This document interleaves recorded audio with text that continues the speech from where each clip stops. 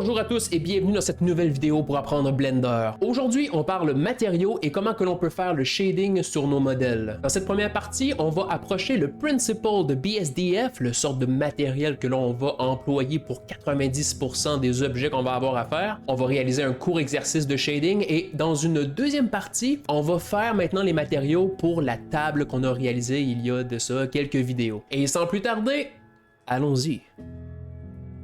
Alors, nous revoilà dans une scène par défaut, dans Blender, et pour la démonstration, je vais avoir besoin d'un modèle, et quoi de mieux que d'utiliser Suzanne? Alors, avec Shift A, je vais rajouter un nouvel objet, Monkey, qui est Suzanne. En ce moment, Suzanne est très facettée, alors je vais activer le Shade Smooth en mode objet, clic droit, Shade Smooth. Ok, cool. Et là, je vais mettre un niveau de subdivision un peu plus élevé. Et pour ça, je vais ajouter un modifier ici. Ajouter le Subdivision, qui est, je crois, sous mon visage. Ah, on le voit, il est juste à côté. Subdivision. Et pour le niveau, je vais mettre 2 niveaux. Et voilà, comme ça va être bien correct. On va faire un sol. Je vais agrandir mon sol en mode Edit. Alors avec Tab, j'agrandis mon sol. Je peux déposer Suzanne sur le sol. Je m'assure d'avoir une lumière dans ma scène. Voilà, comme ça. En mode rendu, qu'est-ce que ça dit? Alors avec Z, Rendered. Et aussi, je m'assure d'être dans Cycles. Alors je change de Render Engine dans le Render Properties de Eevee à Cycles. Et également, Device, je ne vais pas utiliser CPU, je vais utiliser GPU pour que ça aille beaucoup plus rapidement. Ici, l'option est toujours en gris, comme si ça ne fonctionnait pas. Des fois, il faut aller dans Edit, Préférences, dans Système, CUDA, assurer que tous vos périphériques sont activés. Et maintenant, GPU Compute fonctionne et mon rendu est beaucoup plus rapide. On voit les samples qui grimpent rapidement. Ok, parfait. Et voilà, une simple scène comme ça pour travailler, ça va être bien correct. Ensuite, pour les matériaux. Commençons par sélectionner Suzanne, elle va être le sujet principal de la vidéo. Alors pour appliquer un premier matériel, on doit se rendre dans les panneaux à côté, dans l'icône qui semble être une sorte de balle avec un damier par-dessus. Alors si on appuie, on se trouve dans le panneau des matériaux. Alors ici, on peut, dans le bouton New, créer un nouveau matériel. Alors j'appuie avec clic gauche. Et maintenant, on a un nouveau matériel, Material 001. Ok, très bien. On peut voir la liste des matériaux qui sont présentement dans notre scène en appuyant sur la petite icône ici, ce qui révèle une liste de matériaux qui sont déjà présents dans la scène. Alors en ce moment, j'en ai 2.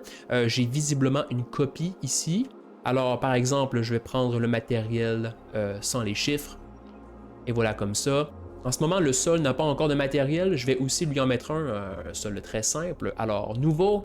Et ce matériel, je vais l'appeler sol. Alors, on peut cliquer sur le champ ici de saisie. Et là, on peut taper saisie. On va taper sol. Et voilà. Puis là maintenant, vous allez remarquer qu'en dessous, on a toutes les propriétés pour les matériaux. Alors, j'y reviens dans un instant, mais rapidement pour le sol, j'aimerais avoir un truc qui est un peu plus sombre. En ce moment, ça réfléchit beaucoup de lumière. Alors, dans le Base Color, qui est la couleur, je vais cliquer une fois. Et puis maintenant, dans la luminosité, je vais descendre le ton de gris, comme ça, pour avoir une surface qui laisse plus place à Suzanne. Alors, je reviens sur Suzanne ici. Maintenant, dans mon panneau des matériaux, on voit Material, ça c'est le matériel de Suzanne. Très bien. Je vais changer son nom, j'appuie sur Material ici, ce qui me permet de renommer. Je vais appeler ce matériel Suzanne. Ça va être son matériel à elle. Et puis là maintenant, je pourrais continuer ici, mais si vous aspirez à être des pros de Blender, vous allez vouloir jouer avec les nodes. Et pour accéder aux nodes, on peut changer de workspace. Alors je vais traverser ici en mode Shading. Et puis là maintenant, on va avoir une vue pour réaliser le travail des matériaux. En ce moment, dans le viewport, on va être en mode preview. On peut changer le mode en appuyant sur Z. Alors par défaut, on est en mode preview ici. C'est un mélange de Eevee et d'éclairage précalculé pour avoir un aperçu de quoi que ça va avoir de l'air. Nous, on veut traverser en mode rendu. Alors, avec Z, rendered. Et puis là, on a une caméra aussi, je vais l'utiliser. Tiens, si je sépare ma vue en deux comme ça, je vais mettre ma vue de caméra, tiens, ici, en appuyant sur 0 dans le clavier numérique. Et maintenant, avec les contrôles de cette vue, je vais sélectionner ma caméra et maintenant je vais la déplacer sur sa profondeur. Alors en appuyant sur G, en mode grab, Z une fois et Z deux fois, maintenant je peux déplacer sur la profondeur et approcher la caméra de mon sujet. Également un truc pour rendre plus rapidement, remarquez que Cycles essaie quand même de rendre les pixels à l'extérieur de la caméra. En utilisant le raccourci CTRL-B, on peut délimiter une zone de rendu. Alors par exemple, ici j'ai cette zone de sélectionner, encore une fois, CTRL-B. Voilà comme ça. Alors vous voyez, on peut optimiser nos temps de rendu seulement pour regarder les endroits que l'on veut vraiment. Autrement, pour rétablir la vue par défaut, on peut faire CTRL-ALT-B, comme ça. Ce que j'aime bien faire, c'est avec CTRL-B, seulement saisir l'étendue de mon cadre et automatiquement le rendu est restreint à la vue de la caméra.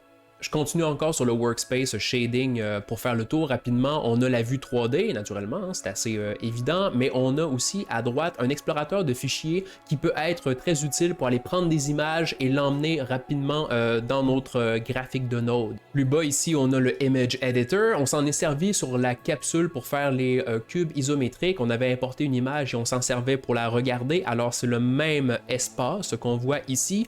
Et on a bien sûr notre graphique de Node qui est juste en bas. D'ailleurs, on voit ici le Principle de BSDF qui est le matériel par défaut dans Blender. Alors, toutes les propriétés que l'on voit ici dans le panneau, ce sont les mêmes que l'on voit. Si je change par exemple le Base Color, je mets ça rouge, eh bien c'est ici qu'on change ça, c'est maintenant rouge. Les deux se parlent. Pour continuer sur ce type de matériel-là, le Principle de BSDF, c'est un matériel que Blender a qui est supposé simuler les lois de la physique, que ce soit avec la lumière et les types de surface. C'est un matériel qui donne des résultats plausibles physiquement. Pour qu'il fonctionne bien, il doit opérer dans des barèmes qui sont physiquement plausibles aussi. Alors si on entre des valeurs qui sont vraiment extrêmes dans ce matériel, on peut avoir des résultats incorrects. C'est donc important de rester dans certaines contraintes lorsqu'on travaille avec des matériaux qui sont dits PBR, Physically Based Rendering, un terme anglais pour dire physiquement plausible. Et puis là, le PBR, je pourrais en parler beaucoup, ça pourrait faire une capsule au complet, mais par contre, je vous donne des liens dans la description qui sont très pertinents si vous voulez approfondir votre recherche. Pour la vidéo d'aujourd'hui, je vais vous introduire à quelques principes PBR au fur et à mesure que la vidéo va progresser. Aussi, je vais vous montrer les 4 attributs principaux du Principle. Après, j'y reviendrai sur tous les attributs différents pour avoir un tour d'ensemble de ce qu'il peut faire. Premier attribut, la couleur, Base Color. Alors ici, on a dans notre Principled, on a le Base Color qu'on peut cliquer sur la petite swatch, ou la couleur, peu importe comment on dit ça. Et puis là, on peut déterminer une couleur. Alors rouge, très bien, cyan, vert. Maintenant, règle PBR, ne jamais envoyer la luminosité plus haut que 0.8 de valeur de luminosité, ne jamais aller plus haut que ça et ne jamais descendre plus bas que à peu près l'équivalent, peut-être 0.02 de valeur. Pourquoi? Parce que dans la nature, vu que c'est physiquement plausible, aucune surface n'est parfaitement noire ou parfaitement blanche. Alors toujours rester dans des tons de gris, jamais blanc absolu, jamais noir absolu. Et également, évitez de trop saturer la couleur. Alors si vous restez dans ces limites-là, vous devriez avoir des résultats qui sont plausibles pour votre base color. Maintenant, le prochain attribut qu'on va aborder, c'est le roughness. Le roughness permet de déterminer si une surface devrait être lisse ou plus rugueuse. Elle simule les micro-imperfections à la surface de l'objet. Alors ici dans le roughness, si je maintiens mon clic gauche et que je glisse, si j'envoie le roughness vers le 0, on va avoir une surface qui est de plus en plus lisse jusqu'à ce que ça devienne un peu comme un miroir. Au contraire, si j'augmente, on va avoir une surface qui est beaucoup plus diffuse, moins de réflexion. Instant PBR pour le roughness, ne jamais, un peu comme la couleur, aller à complètement zéro. Aucune surface dans la nature n'est complètement lisse et également les surfaces diffuses, restez toujours à plus ou moins 0.1 des extrêmes. Quelquefois, on peut briser les règles naturellement, mais pour commencer, c'est bon de rester dans ces contraintes-là. Prochain attribut, le specular. Pour la spécularité, donc, la possibilité de voir les réflexions. Si je bouge mon slider specular, en ce moment, on est à 0.5, ce qui est la valeur par défaut, et en général, la plupart des matériaux tournent alentour de ces valeurs-là, alentour du 0.5 peut-être. Si on met la valeur à 0, aucune réflexion, on a l'impression d'avoir un matériel qui est mort.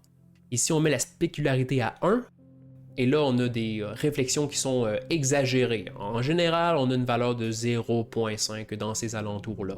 Règle PBR en lien avec le specular et le roughness. Ces deux attributs-là sont reliés ensemble, c'est-à-dire qu'une surface ne peut jamais émettre plus de lumière qu'elle n'en reçoit. Ça, c'est un principe du PBR. Et qu'est-ce que ça veut dire en pratique? Eh bien, ça veut dire que le roughness et la spécularité, si on avait à additionner les deux valeurs ensemble, on devrait avoir une valeur qui est alentour de 1.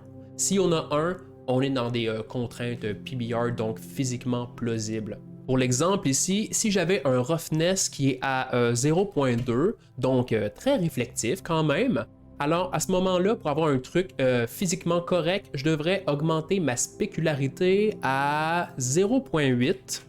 Et puis là, on aurait 0.8 plus 0.2, on aurait 1, alors on serait correct.